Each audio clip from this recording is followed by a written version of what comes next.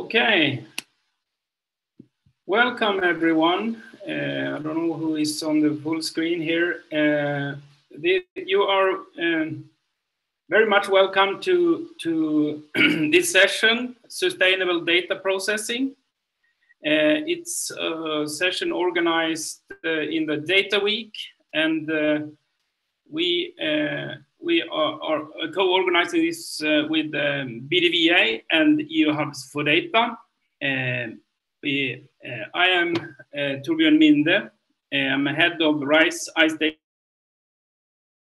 RISE is the Research Institutes of Sweden, and we are a proud member of BDVA, and we are also part of this project EU Hubs for Data that work and help SMEs to use data processing.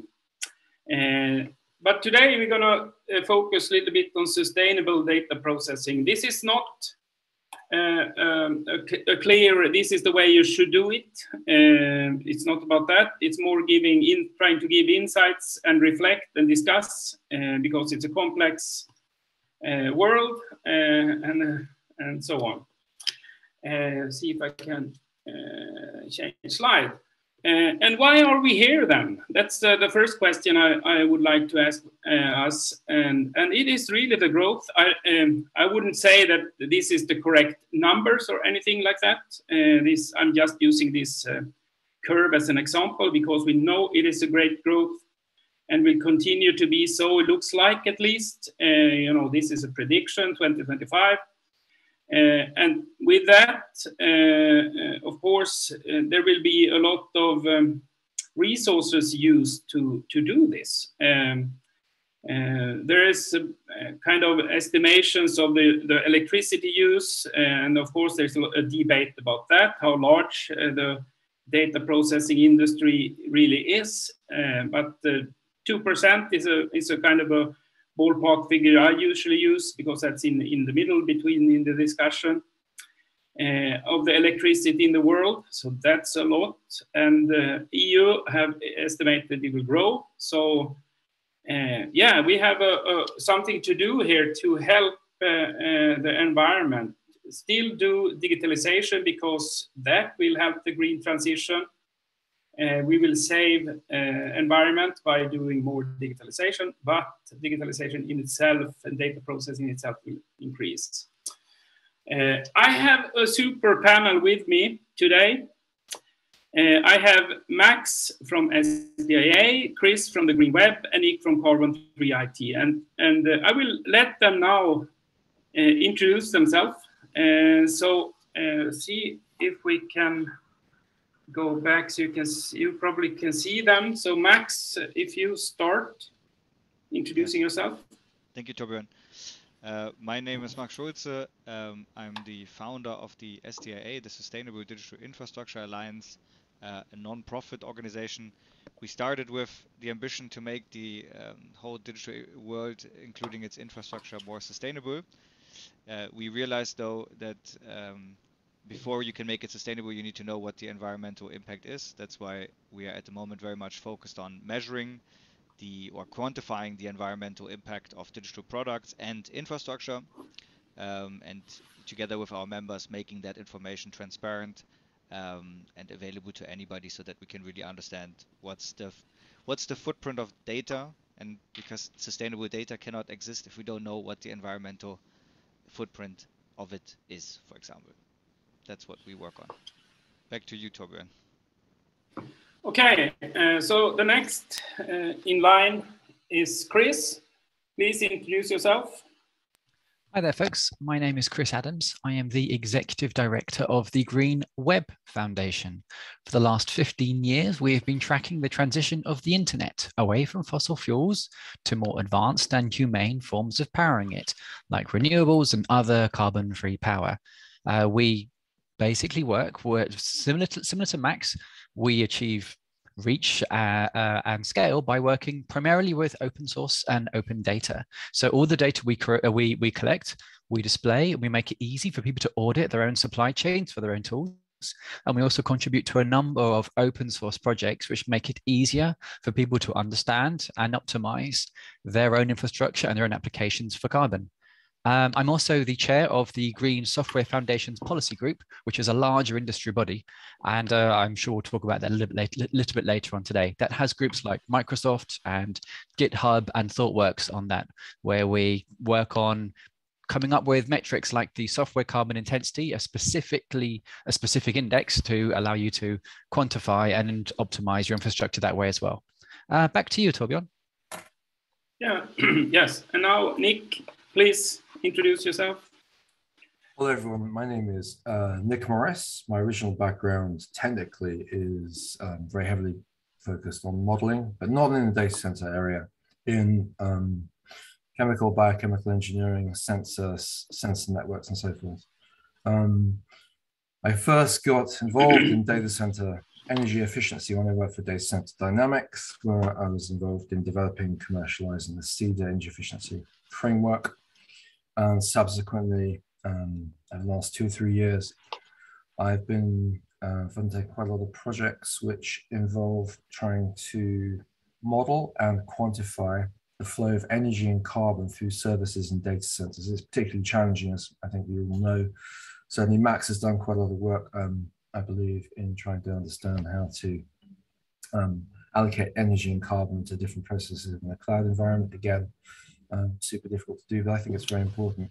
One thing that concerns me about this discussion we're having today is a consideration of system boundaries and where compute that occurs in a dedicated processing center, a data center, can have an impact outside the system boundaries of the data center itself, for example, in data transmission, and finally, ultimately, at the end user device. Anyway, that's it. Yes, very good. Before I say everything, very good. Sorry. Yes, it's so we have a great panel here.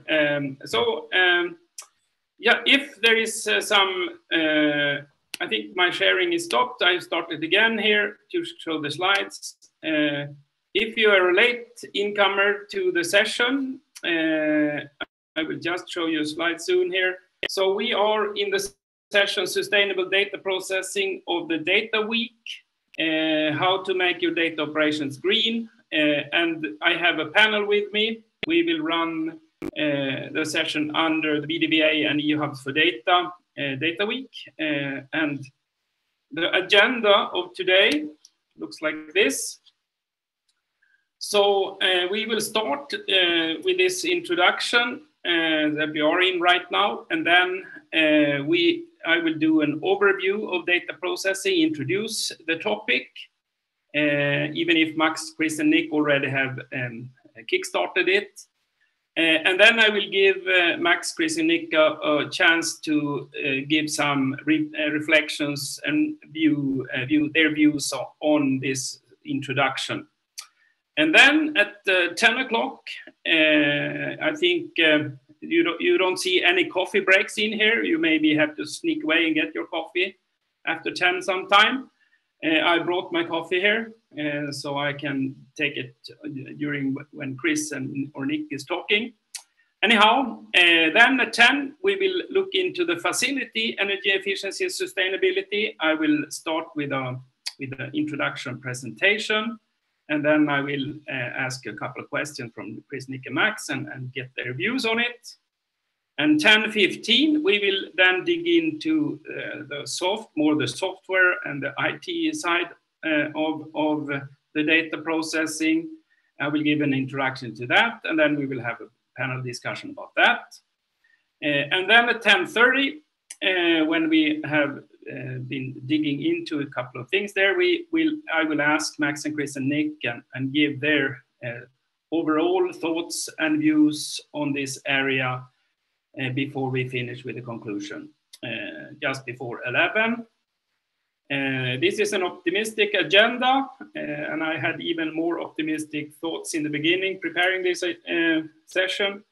But we will stay with this conversation, I would say, and hopefully this can be input to your work to make your data operations more green.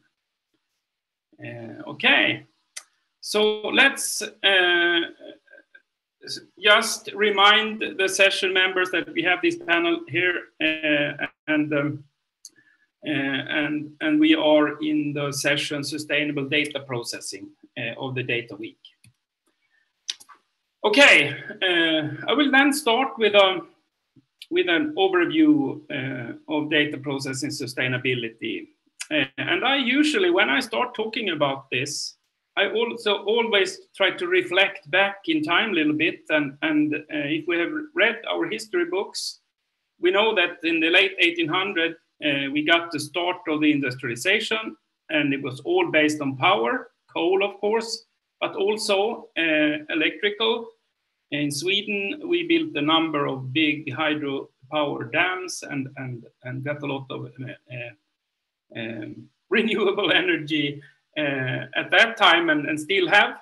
And this was the start of the industrialization, and power was needed. Today, some call it the new industrialization. And this is really based on innovation based on data. And we could say it started in the end of the 1900th century. And the backbone of this is, of course, power as well. We need a lot of power to do this. So this is the new industrialization that we will talk about today, the data processing. And I just remind everyone that the data processing is taking place all day round.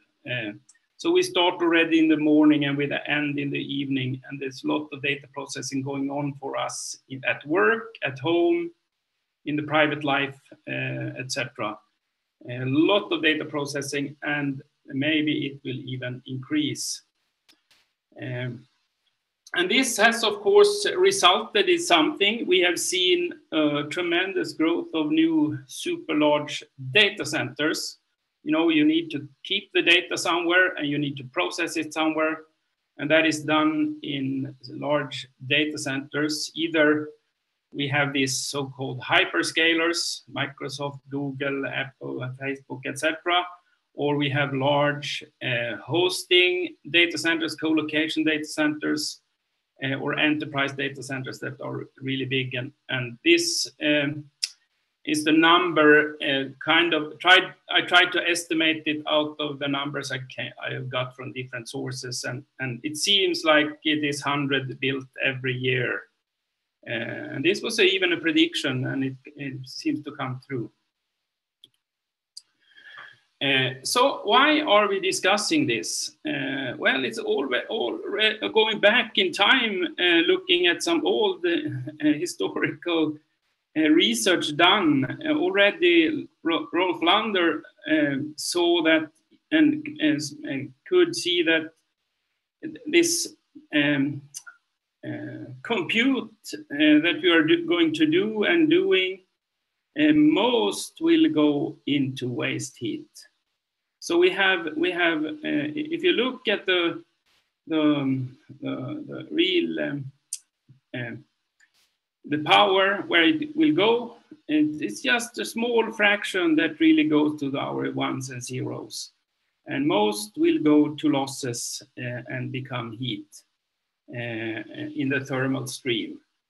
So we have something really to think about here if we're going to try to find the world need to find a new technology probably for the computing to increase the part that is really going into the information technology. So where do this energy go then? And if you just we will go in more detail here, but a little bit more schematic, we can see that the losses in data processing is the larger part. Of course, depending how efficient your facility is, that part of the losses, it can be even higher than 20%. And I have seen from Uptime Institute some averages that is maybe more than close to 50% or 40-50%. But if you look at highly efficient facilities, data centers that take care of cooling and power distribution, etc., we are down at 10-20%. And the rest is then losses in data processing. So of course, all of this needs to be worked on to improve. It has been a lot of work going into the facility lately. And of course, the optimization we need to do, we need to look at the efficiency of the whole thing. And if we just go for the engineering definition of efficiency, then we know that it is what we want divided by what we have to pay for. And that is really digital services divided by kilowatt hours. But the problem here is that how to measure those digital services. So that is one question that I also will bring to the panel. And maybe they have some views on that.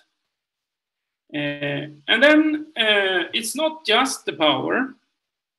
There is a lot of more things into the environmental impact. And I think we will get more views on this. But usually we talk about scope 1, 2, and 3.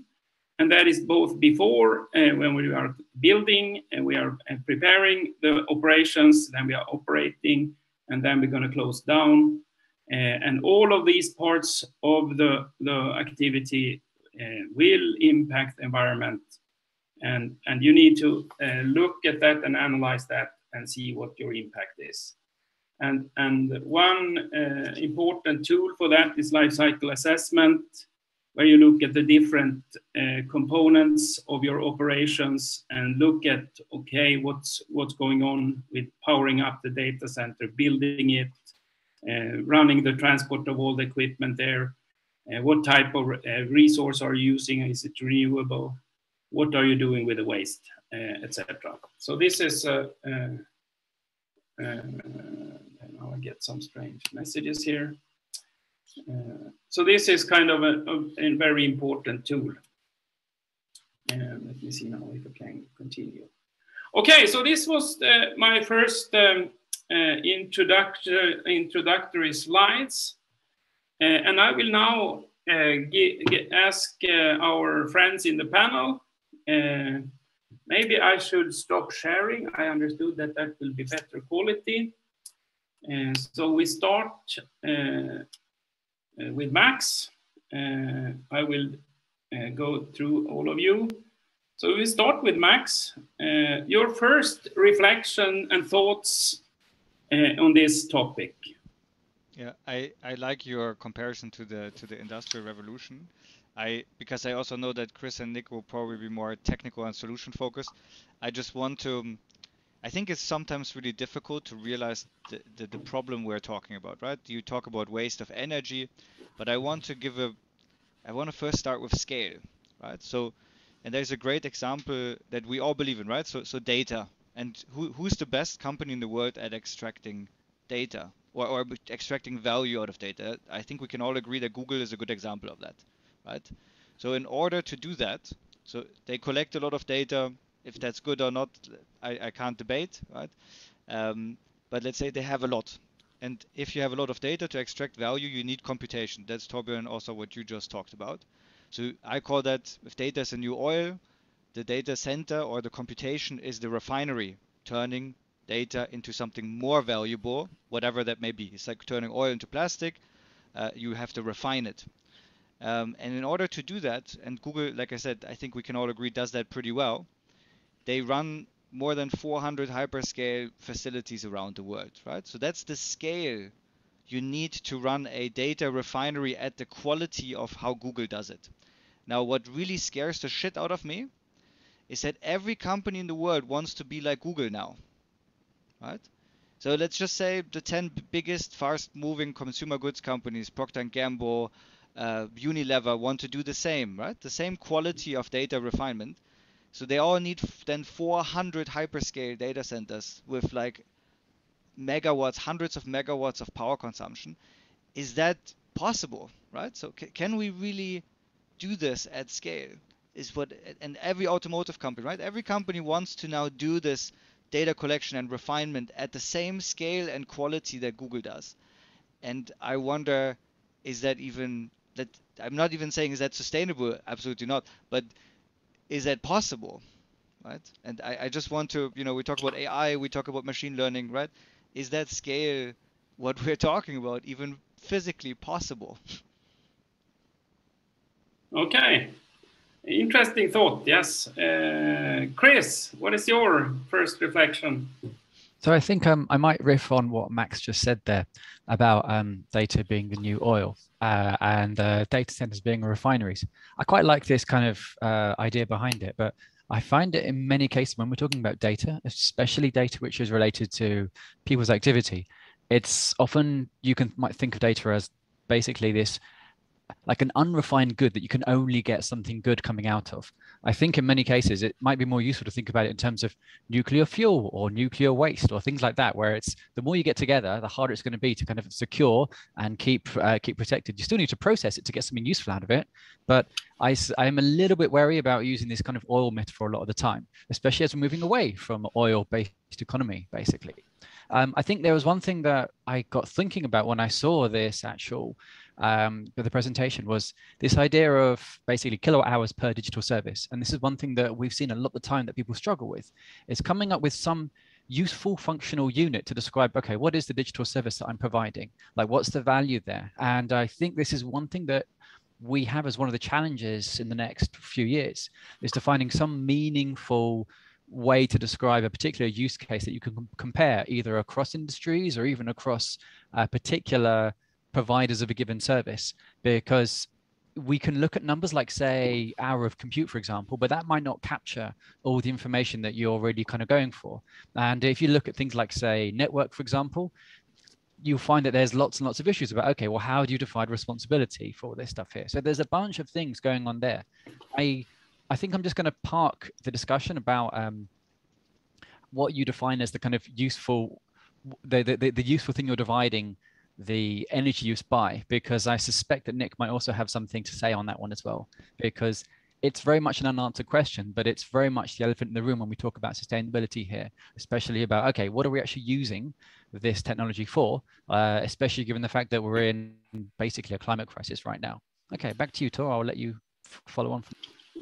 Yes. Nick is our next in line. Please give your first reflections and thoughts. Great. Well, so I've got the advantage of going third. So I've got not only Torben's contribution, but Chris and Max's as well to build on, which is also a bit of a challenge.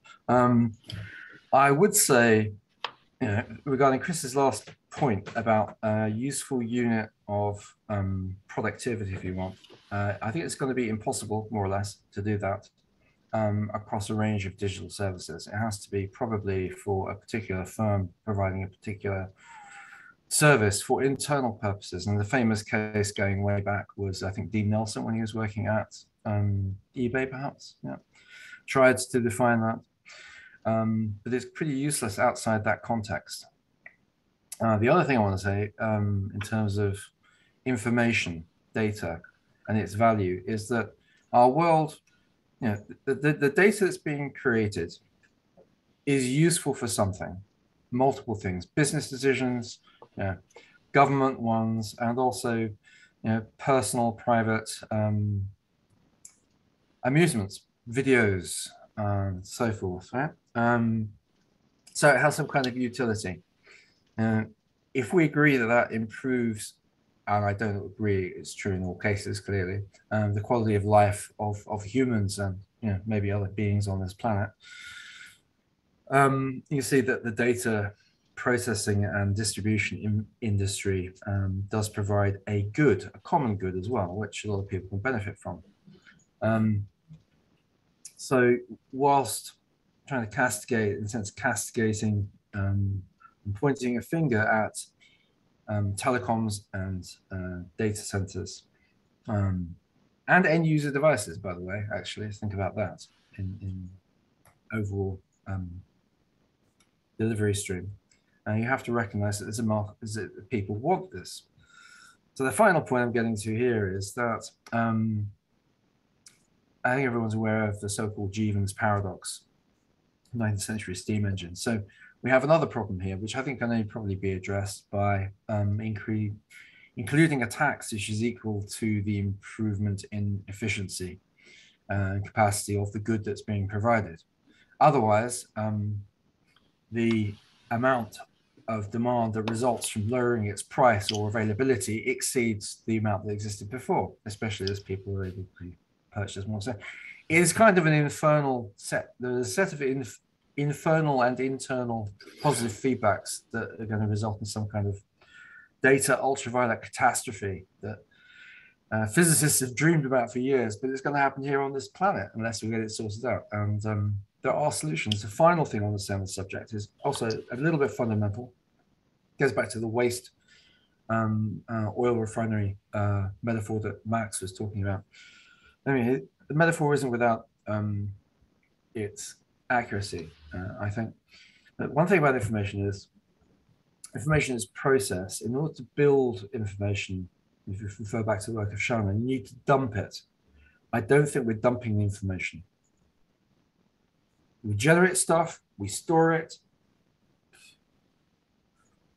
So there's three things I want to say here. One, price. Where's the price mechanism? Are we paying for it? If the price mechanism comes in, will Unilever and various other personal products companies find the need to do essentially duplicate the work that Google is doing? There's a fundamental approach as well to data dumping, information dumping. If it's useless, we should destroy it.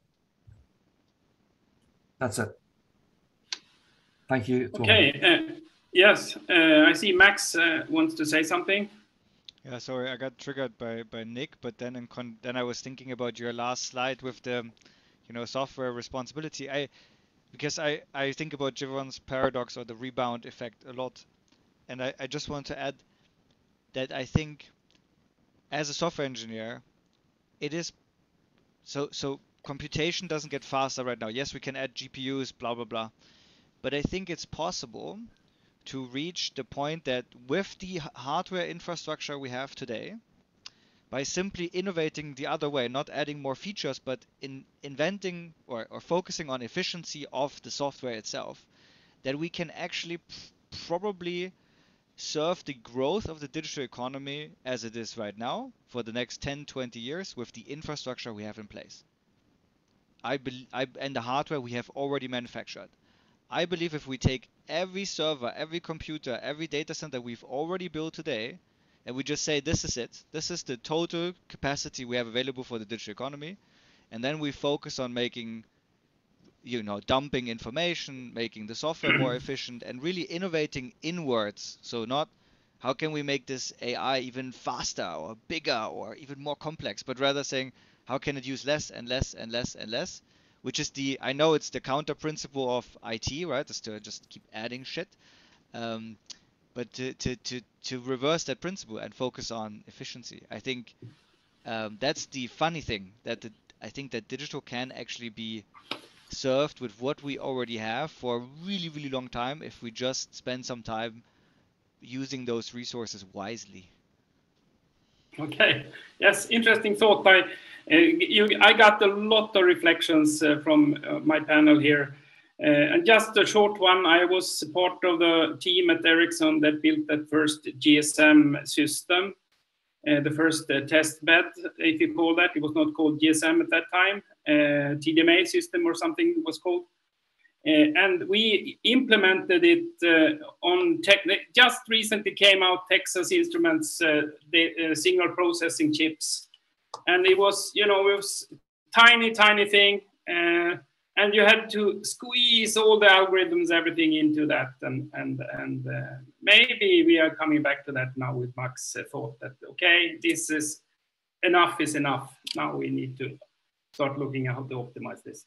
Okay, very interesting. I have other thoughts that I got, but we cannot do them right now. It probably will come back. I will share the slide here again. And then I will look where we are. See now, does it work? Yes. And please, panel, tell me if something is wrong with the with the presentation. So if you came in late to this session, just recently joined us, you are in the session Sustainable Data Processing, how to make your data operation green. And we have just started with an introduction to the topic, and I have had my great panel, Max Schulze from Sustainable Digital Infrastructure Alliance, Chris Adams from the Green Web Foundation, and Nick Morris from Carbon Free IT. And this is part of the Data Week, this session, organized by BDVA and EA Hubs for Data, a large, super large EU project for innovation hubs. Okay, see if I can climb to slides.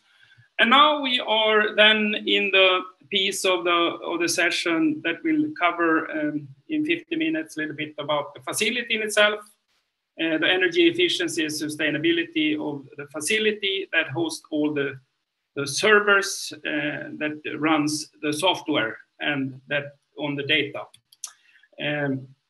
Just to introduce a little bit our team, just so you know that we are working with this. We have a research data center up in the northern part of Sweden, and we are a proud member of BDVA, and we are a gold iSpace. We have a lot of compute, we have a lot of projects, and we can do a lot of things. And one important area is, of course, to look at the data center facility in itself. And during the years, during the different projects, we have built a number of things to be able to study. For example, we have a climate chamber, we have a heat chamber, we have a lot of server equipment, we have an edge test bed, we have wind tunnels, we have liquid cooling test beds, etc., etc. All that is needed really to get some facts on the table for different technology solutions. And compare things and try to understand things. Then I usually use this picture. Not all data centers look like this, but it's very simple graphical description of a data center. This is a Facebook data center. This is super large scale. The building maybe have 600, I tried to count them, maybe 600,000 servers in one super large building of 50,000 square meters. And on the top floor is the cooling equipment, the facility equipment for cooling. And then in the bottom part is the server rooms with rows and rows of servers. And the cold air falls down into the server room because the whole thing is about removing the waste heat. So the server, you can see there on the left, there you pass the cold air over the servers to cool the CPUs. And then the hot air is removed or transported away from the servers. And there is a number of ways to do this. You can maybe later on, I see the timing, it doesn't give me a possibility to go through this in detail, but you can look at this later maybe. Either you take the air right like it is from the outside and cool the servers, or you cool some liquid that you even have surrounding the servers, total liquid cooling, when you dip the servers down into a tank, so it's called immersion cooling. And there is in between solutions. You just take it to the chips, or you just take it to the door, the liquid, or you use liquid to cool the air in the room. So there's a number of ways to doing this, and all of them are used, and the growing thing is the liquid cooling, direct liquid cooling or total liquid cooling. And just to mention a few words about optimization of air-cooled data centers, we did a large EU project where we looked how can you do the most efficient data center, how should you do it, and we focused a lot on keeping the temperature of the servers right, and then you had to look at the server fans and the facility fans. And we started out by studying the servers in wind tunnels. And by doing that, we found out that, okay, we need to keep the facility cooling and server cooling, server fans in sync and work together. And we call that concept holistic cooling. And there is a sweet spot where you should run the servers. And you should be as close as possible to that sweet spot where the server delivers as much compute as possible for the kilowatt put in. And the thing we did was we built a quite large scale, 0.5 megawatt data center with a lot of compute, and we introduced this concept into that, and we measured what is called PUE, that really measure the overhead of the data center. And during the year, we introduced more and more efficient techniques, as you can see, and at different temperatures over the servers, and we could get down as low as 2% overhead. Maybe you remembered I showed you a slide a while ago. 10-20% was for the facility. Here we are down to maybe 3-4% of the total power. The most popular thing right now to try to introduce to the data center is the liquid cooling equipment. Maybe someone in the audience now recognize the researchers there in the picture. On the right there is John Summers, I would say the European master of data center technologies. He is our head of research. And we have an immersion cooling testbed where we're trying to figure out how to do this the best way and what all the technologies can achieve. One thing we can see from immersion cooling just shortly is that we can increase the output temperature from the cooling water, for the cooling water, and that is very good to have if you're going to reuse the heat, because reusing heat is another area we have been doing and looked at different areas for heat reuse at low temperatures. Greenhouse is one example where you can, instead of using pellets to burn, you can use the data center heat. And we have also looked at farming mealworms. That could be a good protein source later on. It is now okay in Sweden to eat them even as food. It wasn't before, but this could be a protein source for the future. And they even taste good. That's an interesting thing. And then we also tried wood chip drying, and that could be done, do it more efficiently if you're going to use the wood chip for some other process later on. But the last part I would like to mention is the life cycle assessment work we have been doing. And one important part is, of course, to see how all different parts of a data center contribute to the impact of the environment. And this slide shows that, okay, you can see the red arrows there, that's the contribution. And you can see that the operations contribute the most as electricity. So it's very important to have renewable electricity for the operations. But if you have that, then the next contributing part is the servers.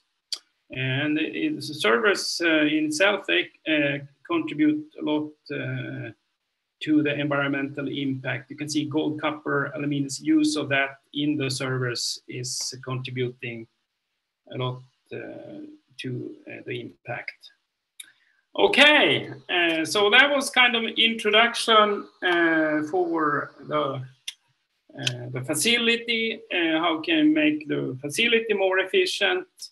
And I will now go back to our panel. We are in the session Sustainable Data Processing here in the Data Week, and we are discussing how to make the data operations green. And I have a panel that is reflecting and giving expert insights to what we are talking about. So now I'm going to stop sharing the slides and we're going to start asking Chris.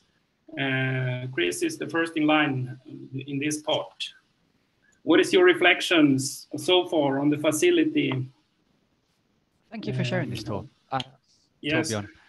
I think one thing that this brings up is it kind of gives us a chance to kind of question what the kind of typology of data centers we want to really be having is. Like, is the ideal version of a data center a massive out-of-town hyperscale data center where lots and lots of effort and time and energy is spent basically venting heat into the sky where it can't really be effectively reused, versus integrating data centers into, say, like the urban environment, or thinking of a kind of slightly larger system where we think about some of the other demands on energy that we currently do have. Like, I live in Germany, and a significant part of our energy demands are largely coming from burning gas for heating, for example. And in the Netherlands, you see plenty of examples of people who run greenhouse gases where they'll be burning, once again, gas, sometimes from, say, geopolitically areas which are riven by strife right now, used to kind of generate heat that could otherwise be coming from other places. And I think this does give us a chance to talk about, okay, well, do we need to follow the same patterns that we've been taking from before? Do we need to take the kind of big box out of town Walmart style approach for data centers? Or is there a chance to think about this now that we've got different ways of using energy and even sourcing energy for providing this, to actually use it, even if we're not even going to talk about the efficiency part? Because these feel like separate discussions, but I do feel like this is a case where I guess technology is racing somewhat ahead of the formation of regulation or even markets to support these systemically much more efficient ways of integrating a significant new economic driver into society. Really, this is one thing I feel like that's the implication by looking at all this stuff here. That if we look outside the ICT sector and look at the wider economy, there's all these efficiencies where people are thinking, if only we could find ways of getting heat, and then we're saying, if only we could find ways of getting rid of heat. Like, this feels like a really, really open goal for us to actually do something with, without actually causing too much need for expensive re-engineering of software, expensive re-engineering of other things further up the stack, where people who might be consumers of data centers services might be typically be used to be working with. And I'll hand back because I see Nick nodding like crazy here, and I'm pretty sure he's going to say something. Okay, Nick, your turn. Nice one, Chris. Thanks. I totally agree with you that the design of data centers, certainly, and the environmental conditions within them is extremely conservative. You can see that it's historically the work that was originally done by ASHRAE has been retained even in data centers which are being built today. So people that run data centers, their primary objective is to make sure that the thing doesn't stop working. Therefore, they're hyper vigilant about it not working. Therefore, tend to run the data center or the servers at temperatures well within their operating range, which costs more energy in terms of cooling. I think that's partly an education piece, and it's partly an education piece on the part of the manufacturers of servers and the companies that run data centers. There are, however, vast differences in operational management techniques in data centers between the best and the rest, basically. And those best practices haven't been widely adopted. Regarding heat reuse, I mean, this is a potential. Unfortunately, most data centers as currently exist are not co-located within networks of residences or other businesses. So that's a problem. The other problem I think is significant is that more energy is being used to actively cool human habitations and businesses than to heat it in the world as a whole. So if you're having data centers in, say, between the Tropic of Cancer and Capricorn, or indeed in temperate regions, other parts of the year, then the waste heat is going to be difficult to use. So I think we've got to face the fact that there's some circumstances where waste heat, such as in Sweden, other Nordic countries, the district heating networks which already exist, and the data center be plugged into them. I think it's going to be a challenge to exploit that in a widespread sense. However, with the definite expansion of edge 5G transmission, and maybe the co-location opportunities for distributed grid renewables, which reduces transmission distances to data centers and telecoms equipment, therefore is more efficiency. There might be opportunities to integrate smaller data centers within an overall network. So the data center could be a partial energy store for a distributed network using salt or lithium-ion batteries, for example. And in these conditions, maybe some of this waste heat could be used. But yeah, I think in summary, it's extremely difficult to solve this problem this way. Yes, the problem with the cities is, of course, it's the power is not there. We can hear that in a couple of cities, some of the operators there are getting limitations on their power contracts. So getting power to all of this, edge as well. We're doing a lot of edge projects now, and the power question is there. Because if you're going to have a network of edge nodes, spread out in the city, yeah, where are you going to get the power from? Because you need to charge the cars, and you do all the other things you're going to do in the city. So yeah, it's a very interesting question. Max, your thoughts so far? Yeah, I'm going to be a bit funny on this, but first, before I get more critical, I want to say that I think, Torbjörn, the work you're doing at RISE and all the technologies that you're exploring, the paths you're exploring, the data you're generating, I think it is really important. I think it's really important that we optimize even the last 20% of that infrastructure, but I do think that we are optimizing the last 20%. What I find funny is that we're talking about, we need to know how much kilowatt hours per service. Is that growth really sustainable? And now we're back at, let's just ignore all of these things and let's just support that growth. Let's just build the most efficient infrastructure we can without questioning why that infrastructure is there, which is, it's a bit funny. And I think it's still I understand, right? As an engineer, you look at, you just said hardware is a big problem. Well, changing how we make service is very difficult. Software is a problem. Well, that's also not within my realm of influence. So I'm going to focus on the facility, but I think there's now an entire industry just focused on making data centers more efficient, where I'm like, but maybe we shouldn't build them in the first place, right? But of course there's money to be made in this infinite growth, and you get this chain. If the cloud grows, data centers grow. If data centers grow, you can sell more diesel generators, right? And everybody benefits. And yes, you make it more efficient, but it is never the question of sustainability. And Nick, you were mentioning rebound effect. I don't think anybody thinks about that, because it's great if there is a rebound effect, because we can build more of it, right? Which is equal to revenue. Just want to point that out. But the second thing on heat recovery, and it's just a quick comment, and I because I get really annoyed. The biggest data center and tech companies in the world are currently buying up every single green electron that exists. Green electron is the main ingredient that every single industry on this planet will need to decarbonize. We all need green electrons. There is a scarcity of green electrons. Hence, do me one favor for society.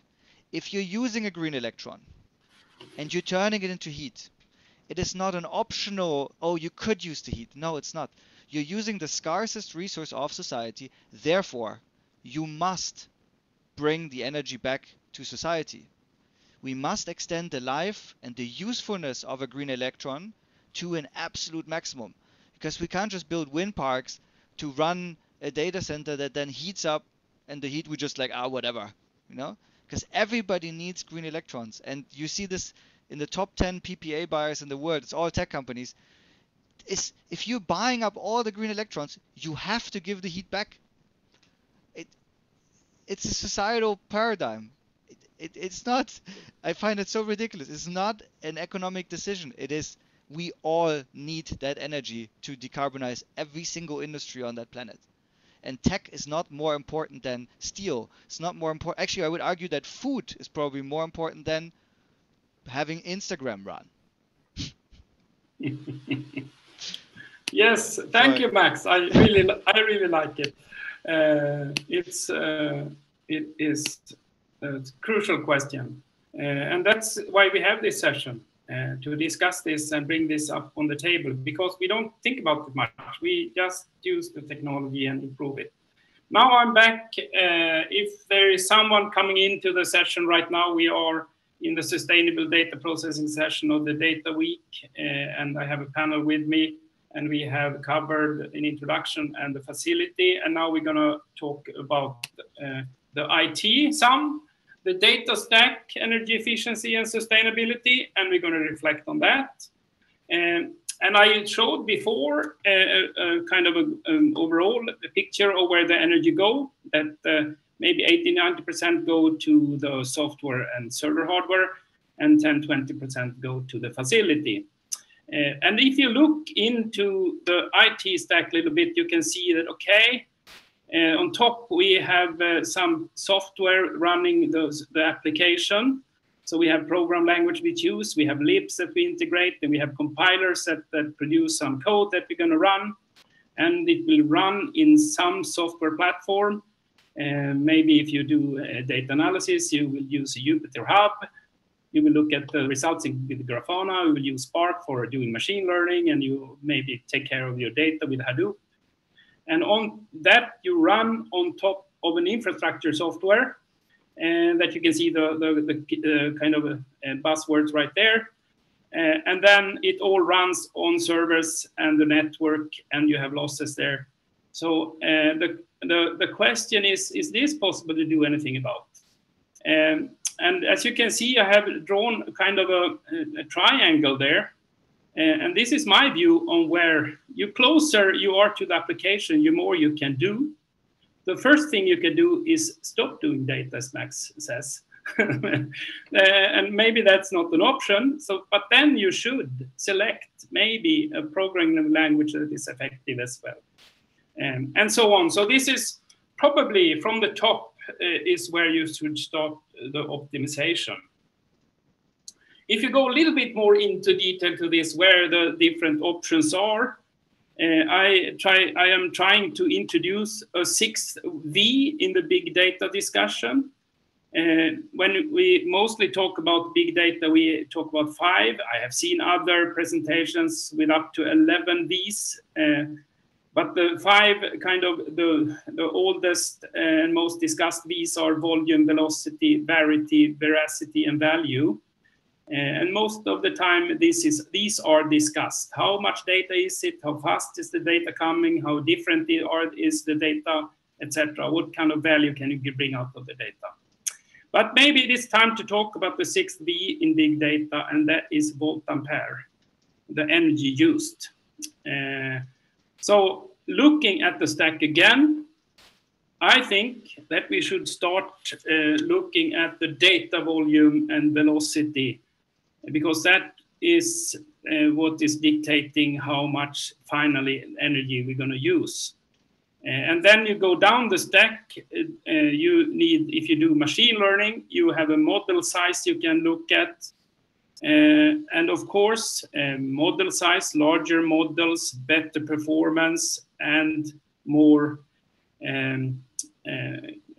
less bias, etc. So of course, everyone wants a large as possible model for machine learning, and you need to train it on a lot of data, and you're going to use a lot of data coming in and do the inference.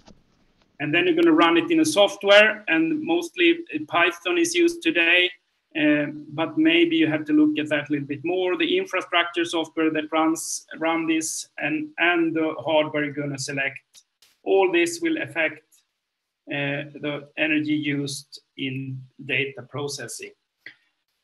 Just to look at the different research that has been done, I don't say that these are we haven't done any super study in this programming language world, I just have had some of my researchers to look into the code that was written in this project, and then can be optimization done, at least with the Python software that was written in this research and the JavaScript. But still, it doesn't change the picture much. You can optimize Python and JavaScript and Ruby, etc., probably a little bit, but still, running code in C or Rust is much more energy efficient. So maybe that is the products. You need to move when you go product, you need to go there. Then the infrastructure software, depending on what type of Kubernetes you use, that can be more or less energy efficient. Maybe you have to look at the infrastructure software. If you look at the hardware acceleration is another area that this team has been looking into, using homomorphic hardware. And of course, using GPUs is more efficient, and maybe using even more specialized hardware is more efficient and use less energy. So there you can go selecting hardware as well. And finally, you have to look on those servers, on that hardware you're using. How will that affect the environmental impact? As I already mentioned in the beginning, and it's not only the overall impact, it's also the climate change impact from the transport of equipment all over the world, etc. We need to start thinking about that as well. Yes, I'm missing a slide there in between, but I'm going to stop sharing now because I would like to, as we are a little bit late, but we are doing okay. I was thinking now to start with Nick this time, and your reflections on software and hardware in the IT stack. What is your thoughts and reflection on this? Yeah, Would this be an area we could do something about? It's another infernal problem within a set of infernal problems. Yes, certainly, but as far as I know, there are no standards or protocols that have been defined and agreed upon for energy, creating energy efficient, or the most energy efficient algorithms to produce any particular task. I know that theoretically that must be possible. I'm sure Max, maybe Chris could tell me more about that. And there's no regulation or real incentive for development teams to work to that, because ultimately if they are paying the energy bill, it's a tiny amount compared to their salaries. And if you've got a lot of code that already exists and is running there, what is the amount of risk that you're willing to take as a company or government who owns that code or is using that code to revise the entire code to a version that uses 1/10 of the energy? And then still it's going to incur the trap of Jevons paradox. And there are just a few thoughts. Two more things which I'm going to speak about later as well. One on the impact elsewhere from the point of generation to end user device, on things such as very mundane things like compression. If you're able to improve compression by say 10%, that has really significant benefits downstream and upstream, especially downstream actually with data transmission, and also in the end use devices. So again, though, there's no overall way of, or there's no overall policy or incentive to optimize any of these processes. That's a major problem, right? Yeah. Okay. Then we have Max in line. I echo Nick a little bit. I think maybe if the first call to action for anybody who's listening in, let's say, IT infrastructure, I think the first, like hardware, IT infrastructure, data center, the first and most annoying thing is that there's no standardized interface to measure these things that you just had on your slide, right? There is the inter-REPL driver, there are some other tools, but most of them only measure CPU. And if you look at today's hard drives, there are also chips, NVMEs and SSD disks, which have significant power consumption that also needs to be considered. So if I were to run an application and I query the underlying server and I say, hello, how much energy is my application using? And by the way, what's my embodied carbon? You get back like the old modem sound. It's like, I know a little bit. Yeah, I give you this a little bit. So that's annoying, right? And I think to Nick's point, you cannot improve something where you have no metric, especially as an engineer, right? So you need a consistent interface into the physical world that connects your application with its physical footprint, which is hard with virtualization. I understand all that, but it needs to be happening. So because at the moment, Nick is right, the only incentive would be cost saving. And there is this Unix paradigm that says value developer time over resource time, meaning that I am always more important and more valuable than the infrastructure I run. But you could tie it to environmental impact, which may be an incentive, or at least the government could then say, okay, well, an application cannot exceed this much environmental footprint based on the LCA framework or whatever, which is today, though, not possible because you can't actually measure it. Which brings us back, by the way, to your first slot, which is how do you attribute energy, or I would even say environmental impact, to a digital service or application, which is the master question of our time. Okay, Chris, over to you. Okay, I can add a few things to this. So Max said something quite interesting about the regulation thing, about there not being that much in the way of incentives to do this, to like really focus on efficiency. Max and I have actually done another podcast where we looked into this, and basically when you get to a certain level of volume, it actually does make enough sense, but you need to be at a certain level of volume for that to be justified. And partly because of that, you have seen people making some really impressive strides in the efficiency of software when it does run at that level. So for example, where we work, we've been able to apply some of the lessons we've seen from essentially massively funded companies like Facebook, who open source some of their own projects for working at hyperscale things, like different ways to store data in a particular way that is maybe twice as efficient as we've used before. We've been able to drop that into, say, our data, just like something like MySQL, really, really boring, reliable stuff. But there's lots of other cases now where these ideas are trickling down. So if you use a tool like Redis, there are tools which use things like the kind of new shared nothing architecture style approaches to basically have something like, say, 25 times the increase in speed for the same amount of hardware efficiency. Now, there's often an uptick in the energy use on that particular computer, but at a cluster level, that makes a lot more sense, because most of the time, most computers are running at very, very low levels of utilization. And this is something where we don't really have a good vocabulary to talk about what level of utilization or efficiency do you want to have here. So this is one thing. So there is actually a bunch of stuff lying around here, but in many cases, the incentives aren't universal. And we've seen in other cases, in other industries, because like tech isn't special, it's just new, that we have had cases. So for example, we have fuel efficiency standards in America, and we saw what happened when they got taken out. We did it with ginormous trucks, which are much less efficient than they were previously. So you absolutely can have requirements for doing this stuff, and they are around. It's just that because they're not really prioritized, and people prioritize onboarding or getting people to use, or if you're a VC funded startup, your goal is to grow as fast as you can, not necessarily be that efficient, you're gonna basically do what you're optimized to do, what you're incentivized to do. And right now, none of these requirements are kind of hard incentives, or you're not going to be fired or lose a job or lose a contract as a result. But now we are seeing cases where people are looking for this. So Germany has a project called Software, where they do start to track this stuff.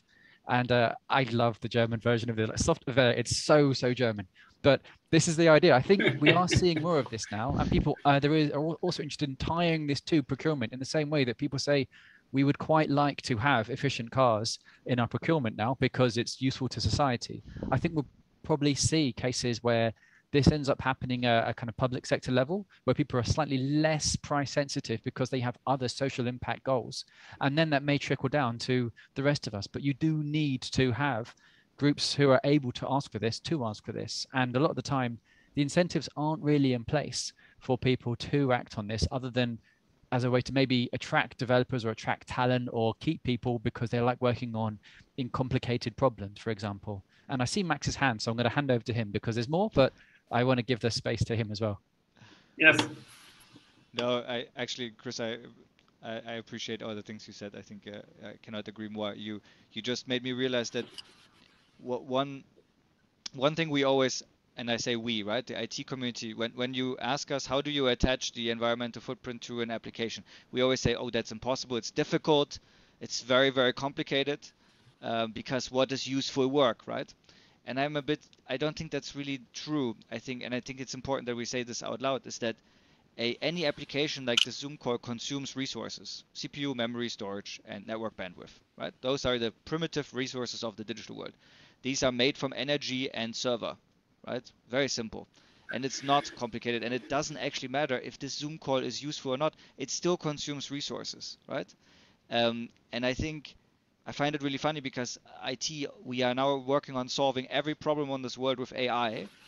We are inventing the most complex algorithms on this planet, right? We can do something like Torbjörn was saying, GSM and algorithms on microchips. We can do it all, but yet we cannot connect the environmental impact to our own applications, which seems a bit odd, given that we're trying to solve every other problem on this planet. So maybe we should just focus on ourselves a little bit. Message to the public. Yes, yes, I think, we need to start chewing that elephant. Because instead of just saying, oh, it's a big elephant, we cannot do anything. But let's start with, you might start with a foot, then I can start with a horn and so on. We start chewing that elephant now. And I ask the community out there to start chewing this elephant as well. We need KPIs, yes, and we need awareness, and we need people to think about optimization. I'm just thinking that there are some incentives that are built in to different business models. So I can see, for example, I come from Ericsson, so of course I can see what they do. And when they do the product development, then it's really time to market. So then they use maybe a little bit more higher level languages, higher level tools to be a little bit faster out with the first version of the product.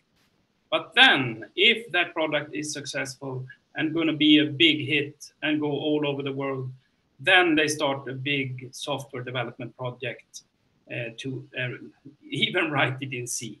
So to make it as optimized as possible, because there is a revenue there for the company.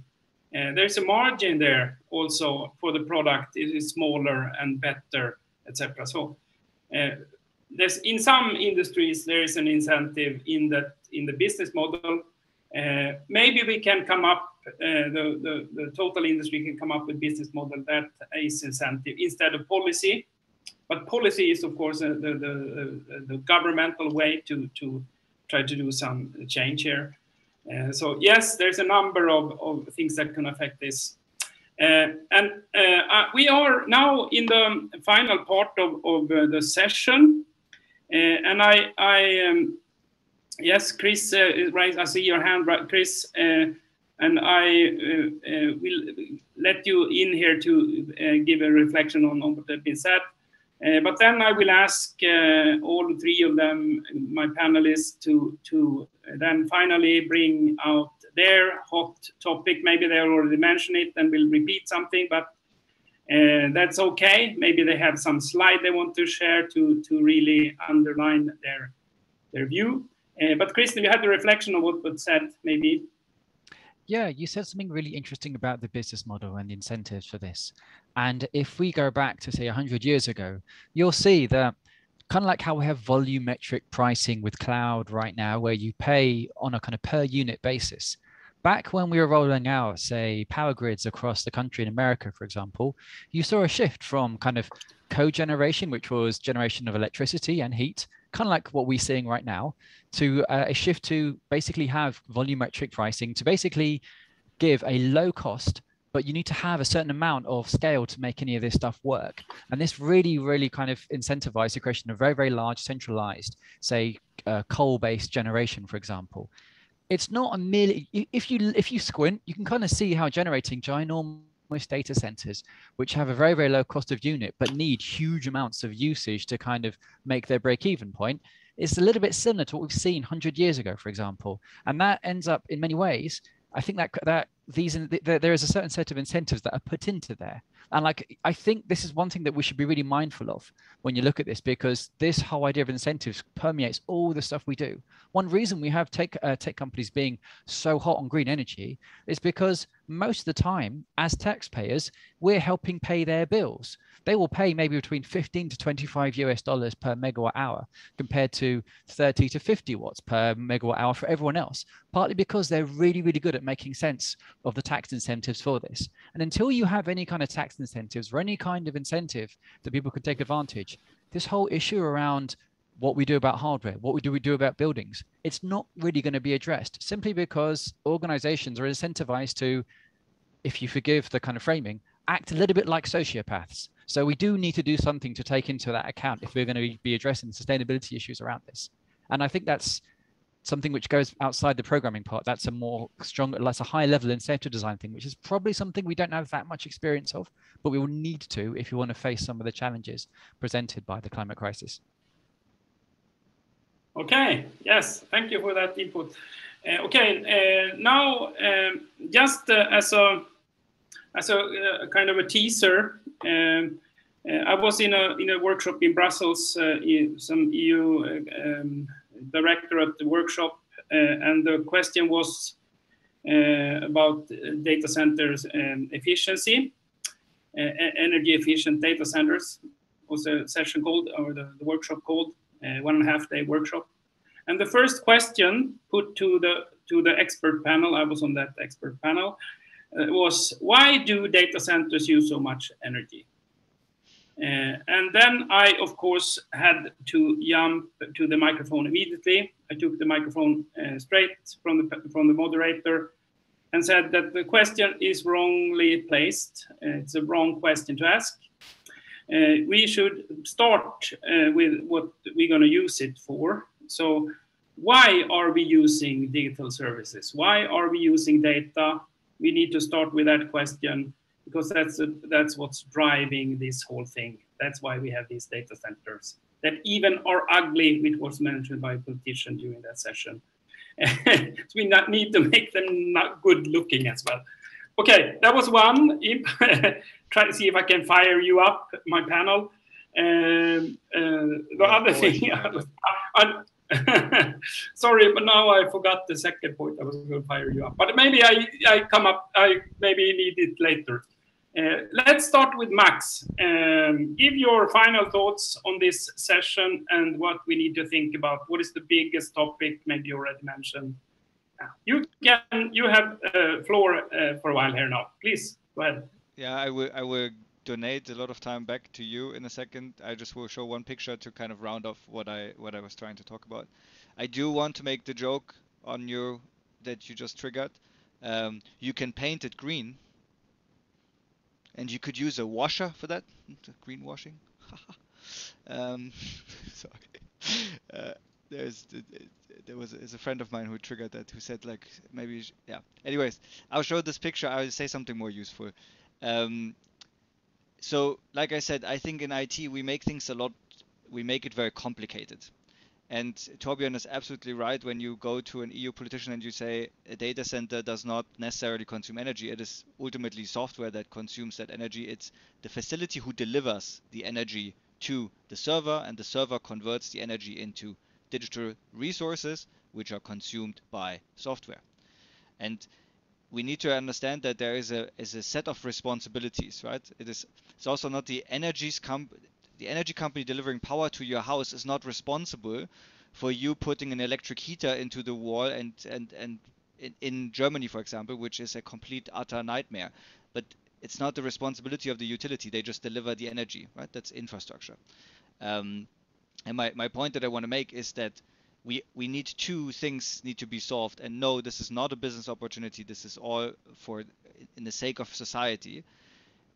One is when we produce resources, when the infrastructure, when a data center with servers makes computation or memory or storage available, each of these units needs to have the environmental impact information attached to it. Energy, embodied carbon, carbon from the energy, that needs to be there. Step one. Step two, the software application needs to prioritize using resources that have as little environmental impact as possible, which is easy to determine if each resource comes with a information on that.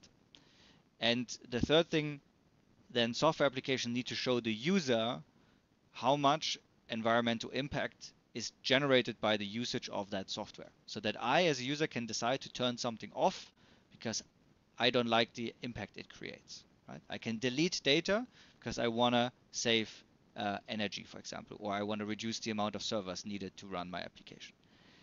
And for all of that, we also don't need to invent a standard. Torbjörn already mentioned it 3 times, I think.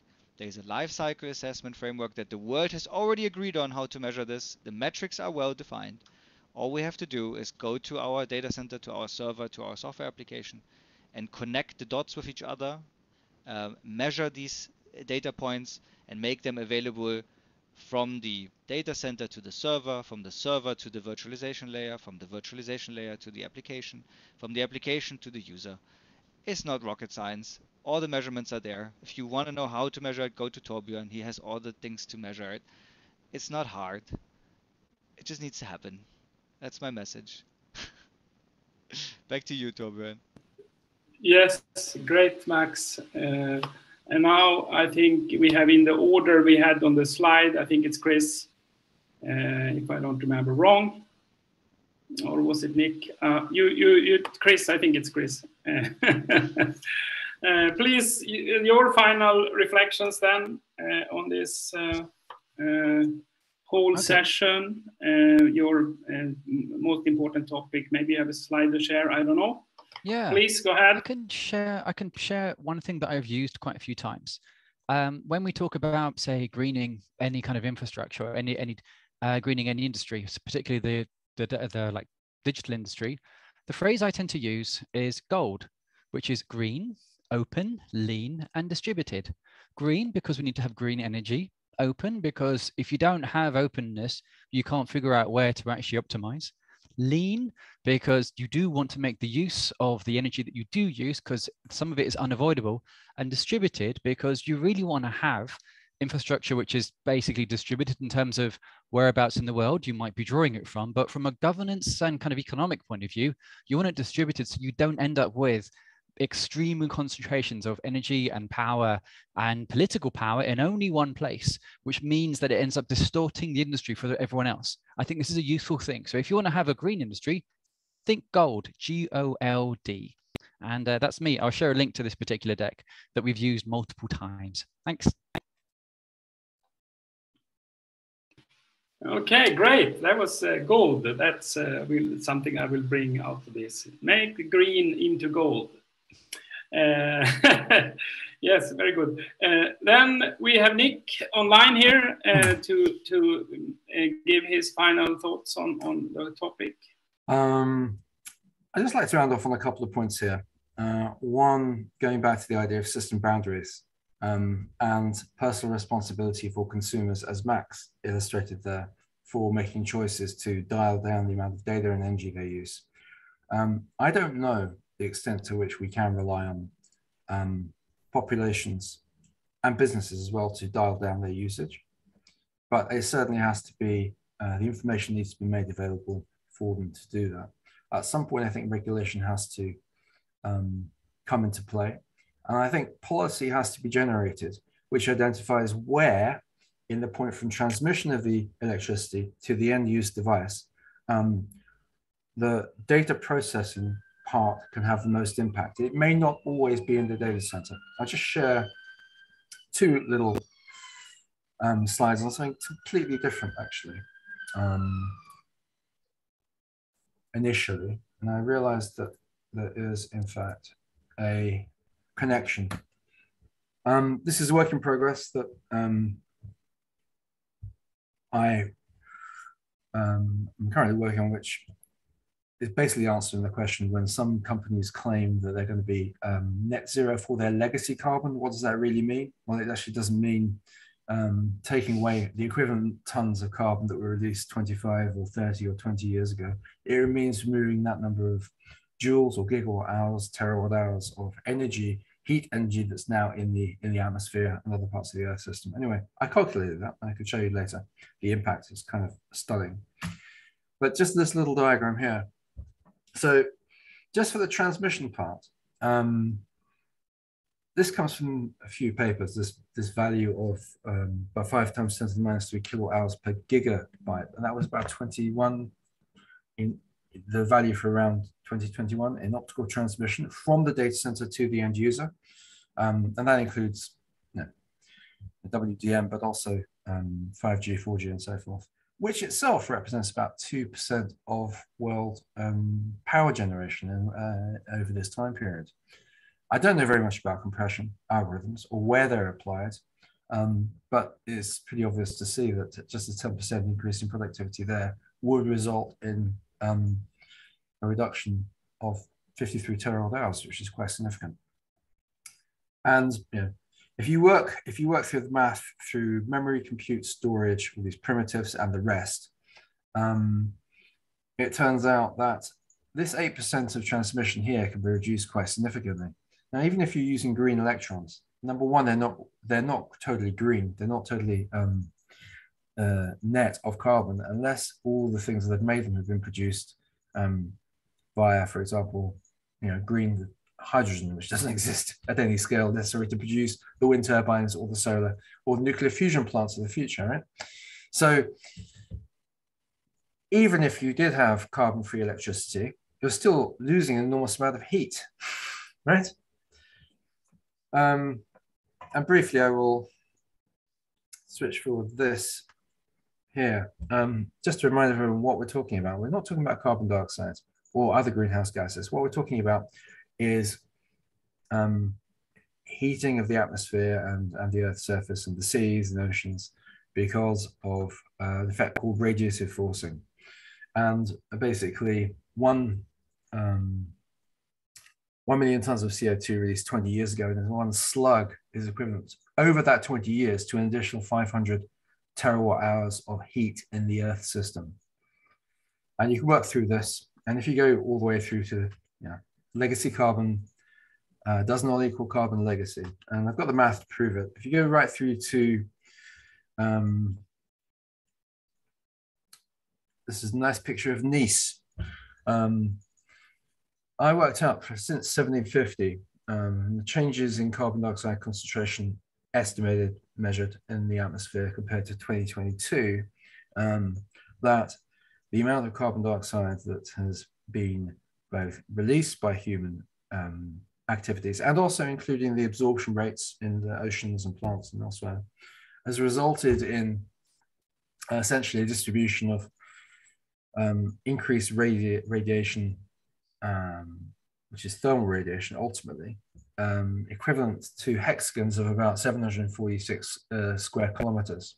And within each of those hexagons is equivalent to a 1 gigawatt nuclear station, which means anywhere you go on the planet, you're never further away from the equivalent of, I say use nuclear because they don't have direct nuclear carbon emissions. You're never more than 26 kilometers away from a nuclear power station, or 1 gig. That's compared to 1750. Now, from memory, when we did the math on this, it was something like 200,000 of these between 1750 and 1998, and maybe 100,000 of them within the last 20 years.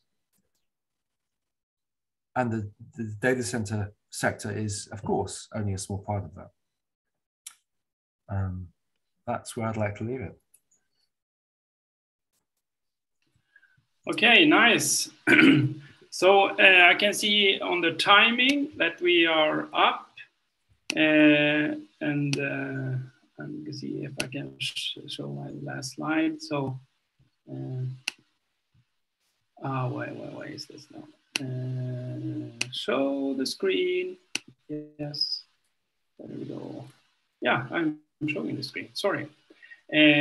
So we have been through challenges and important topics. So finally, This has been fantastic, and I have a lot of questions still in my head, and we need more time to discuss this, and I hope we get the chance again later on someday at the panel, at the meeting, at the conference, to discuss this important topic of how to make your data operations green. This was a short 1.5 hours for me, at least. I hope the audience have thought this was interesting and eye-opening or intriguing or whatever you think. I hope it will get you to think about the work and contribute to this work. So thank you so much today. First to my panel that has helped me out with a lot of good thinking and thoughts, and that we could trigger new work items in my head. And then to the audience to keep up and stay with us so long. And then to the organizing BDVA and UHubs for Data. Thank you all for this session. Bye-bye.